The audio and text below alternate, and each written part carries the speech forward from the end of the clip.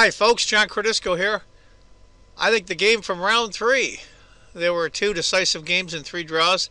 The other decisive game was a Gary Grishuk, which I didn't follow that closely. The game I picked today is with current world champion Magnus Carlsen as white, and as black, Maxime LaGrave, MVL as they call him. It's a really interesting game. It's a King's Indian, but not the usual King's Indian where you see the pawns in front of the king move up for black.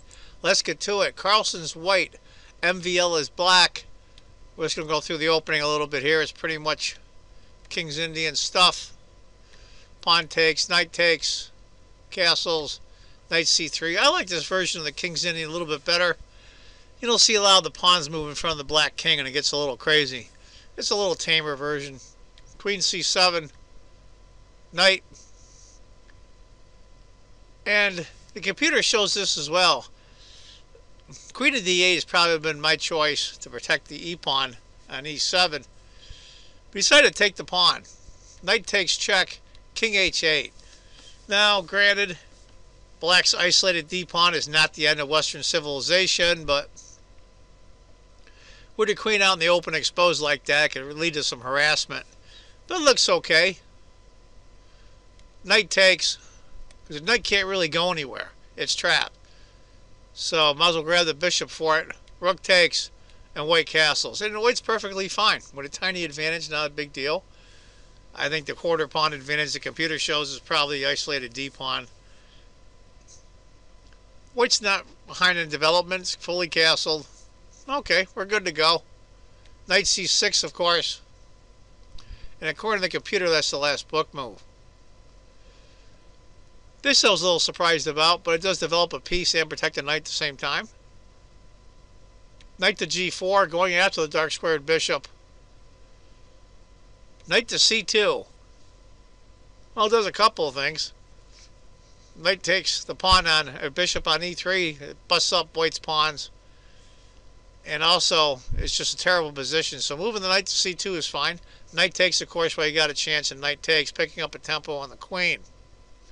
Opposite colored bishops. Queen e6, good spot for that queen. Knight d5. That's one of the disadvantages when you put a knight there is you can't really shake it. He's got a dark squared bishop, but it's on a light square, and there are no pawns to harass on each side. So that knight's in a good spot, being guarded by the bishop on g2 and the queen. Sacrifices the pawn. Rook to b1. Bishop comes back. Rook takes. Okay. Even material. I like white here. I mean, it's not overwhelming favor, but it's certainly good enough. Rook a to b8. Rook takes, e3. Get some control of some center squares. I think black's pawns are a mess, but it only shows a half a pawn advantage for white. Rook b2. a4. Now remember, this is one of the decisive games, so this is not going to be a draw. Knight e7. I think just to chase the knight off, that's a commanding spot, covering a lot of key squares. Knight to f4. Bishop takes. Now, which pawn would you take with? They always say capture towards the center, but every rule is not always the same. Now, granted, g takes is the second choice of the computer, but e takes. Now that gives black a pass pawn here. Let's see how this works out. Queen to b6.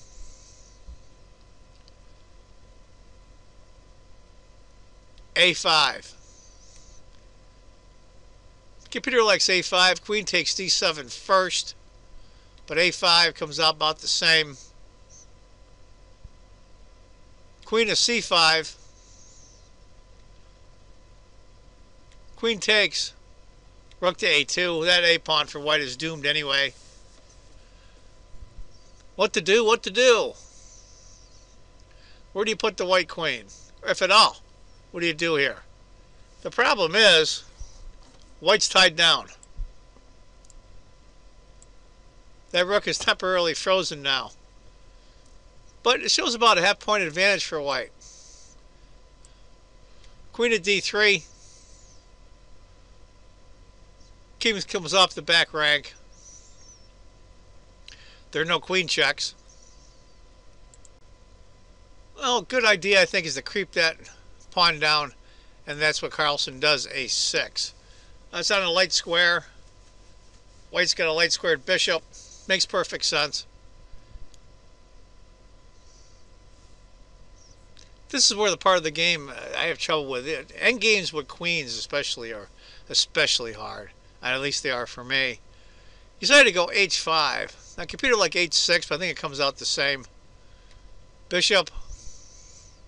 Knight f5. Okay, that knight's in a good spot. That's why you want h5 to cover the g4 square so the knight can't get harassed. Queen e4. Going to force a trade of queens here in a second. Knight to d6.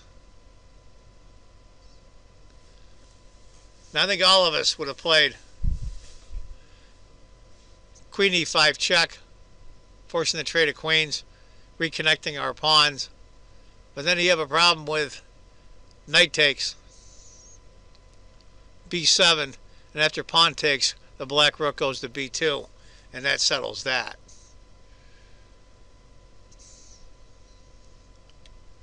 Queen to b1, much better move. Rook to d2. Seems like they're just posturing, but they're trying to get their pieces in the most optimal squares. Queen checks. King goes to g8. Bishop backs off entirely, which I found interesting. Now it's also the computer's choice, second choice. Bishop f3 was the main choice, but it comes out about the same. The other one was bishop h1. Knight f5, queen e5. The trade finally does take place. Pawns are reconnected for white. Rook e2, rook b1, rook takes, rook b7, rook e1 check. Bishop has to block. h4. And black is doomed. Let's go back a little bit here. Rook to b1, or excuse me, rook to e2. It's about a 1.5 advantage. After these series of moves here, looks completely innocent. Rook e7 might have been a good choice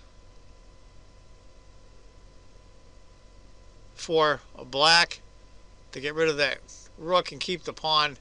But after h4, black is doomed. Absolutely doomed. It doesn't look like he is, but he is, believe me. Watch. After rook a7, what is he going to do? h3. It looks dangerous for white, but it's not at all. Rook d7. Rook a1. Magnus is just taking MVL to school here. g4, chasing the knight off. Knight has to move. Now, right now, there's a mate combination coming up.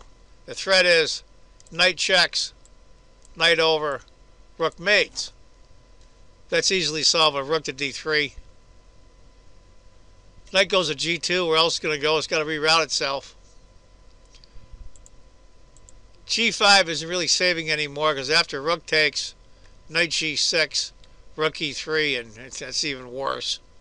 After knight to g2, rook takes, knight f4, rook f3.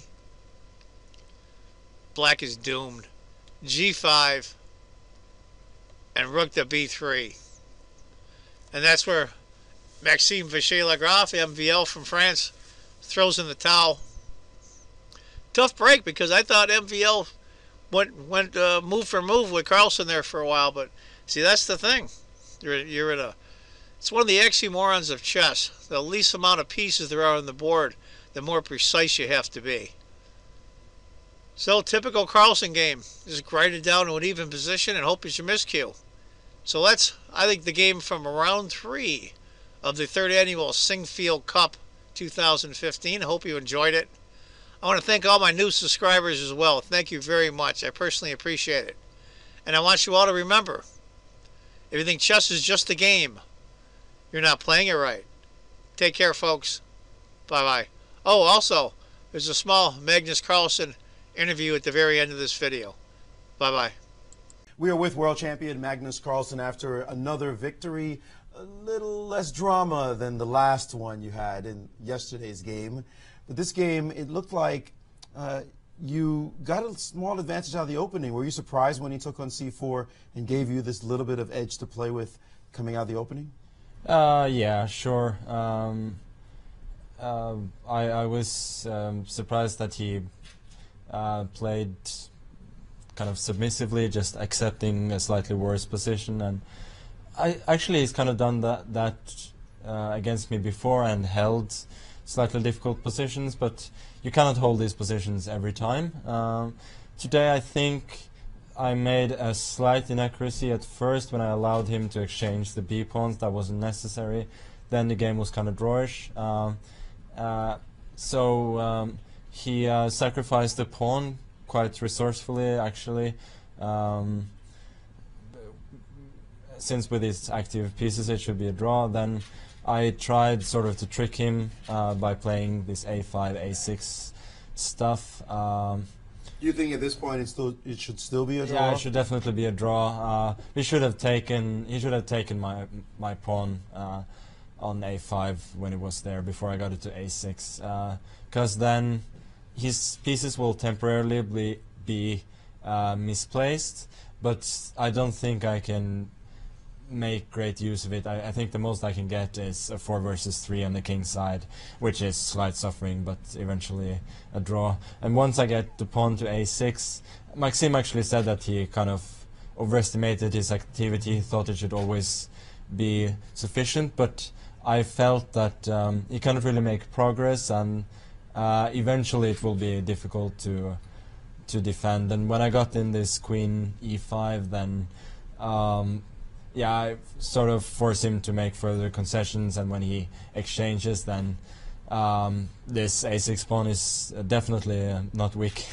Yeah, tell me about it. There was a moment in the game that you shocked us. You could have played A7 at the end game, and instead you played the move G4. Why didn't you play A7 there? Because it looked like it was winning.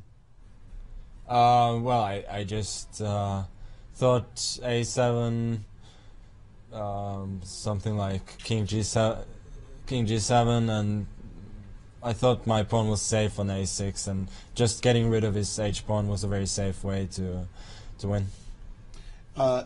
You've won 2 in a row. You're used to winning a few games in a row. Are you feeling like you're back in form? Is the gray matter starting to work better now? Yeah, I felt that largely my brain was working well yesterday, and today it wasn't perfect. I made a couple of inaccuracies, but well, it was a more pleasant job today for sure. We played on my terms, and it wasn't perfect, but it was a pretty normal game. You're a fantastic endgame player, maybe the best in the world. Could you give us your opinion on a game going on now between the 2 Americans, Nakamura and Caruana? It looks like, if we can get that position up on the screen, it looks like although he's up a pawn, Nakamura may not be able to pull this off. What would be your opinion about this position? I think you're where is I believe the position, there it is. Yeah. Well, Hikaru's done what he has to do, which is to play G5, fix the black structure. So I imagine eventually black will have to play F6, exchanging that pawn off, and then he will have an unpleasant time, but he should be able to draw eventually. But this is going to last a long time. You would make somebody suffer in this position if you had the white pieces. Oh yeah, definitely. Since Hikaru hasn't had much to play with in this game, so when you've actually gotten this far, you got to make your opponent work, I think. And that was actually my thought process when I played Hikaru in Norway chess. Well, I played quite poorly in the opening with white. I got absolutely nothing. Then I think I played pretty well. After that, I managed to eventually get 4 versus 3, although it was without the bishop, so it was much less chances. But still, I felt that, yeah, once I got in there, I mean, you need to at least try a little bit. But that's the way it is. I mean, sometimes I think Hikaru's sort of outplayed Fabiano a bit today, but sometimes there are just enough resources in the position still, and it's a draw. Well, thanks so much for your extra time you spent with us, and seeing you back in form is a good thing. So we hope to see more of those games as the tournament continues. Yeah, thank you. World champion Magnus Carlsen, 2 in a row. That's a dangerous sound to the rest of the field. Will he make it 3 in a row tomorrow as